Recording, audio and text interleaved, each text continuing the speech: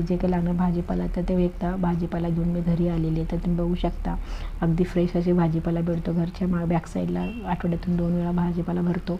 तर दोन्ही वार मी कधी-कधी 2 वार जाते किंवा कधी-कधी एकदा जाते. तर भाजी घेऊन येते. तर भाजी घेऊन मी घरी संध्याकाळी परत रिटर्न आलेले. तर तुम्ही बघू शकता पार्किंगमध्ये आलेलं आणि अगदी घराच्या जवळ 5 मिनिटाच्या अंतरावर भाजीपाला येतं.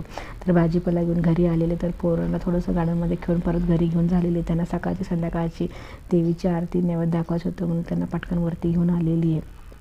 तर तुम्ही व्हिडिओमध्ये बघू शकता संध्याकाळची देवीला चांगली धूप दिवा लावून आरती करून तो देवीला थोडंसं प्रसाद दाखवले. प्रसादासाठी मी शिरा केलेला होता. 1 वाटी शिरा 1 वाटी रवा घेऊन चांगलं तूप टाकून भाजून घेतलेलं होतं. भाजून झाल्यानंतर थोडंसं ते तूप टाकून ड्रायफ्रूट भाजून थोडंसं पाणी 1 वाटी रव्याला दुप्पट पाणी टाकून चांगलं उकळू द्यायची. रवा मिक्स करायचा. रवा मिक्स करून त्याच्यामध्ये चवीनुसार साखर वेलची पावडर टाकून असा गरमागरम शिरा रेडी होतो. शिऱ्याची फुल रेसिपी यूट्यूब चॅनलला तिथं तुम्ही बघू शकता.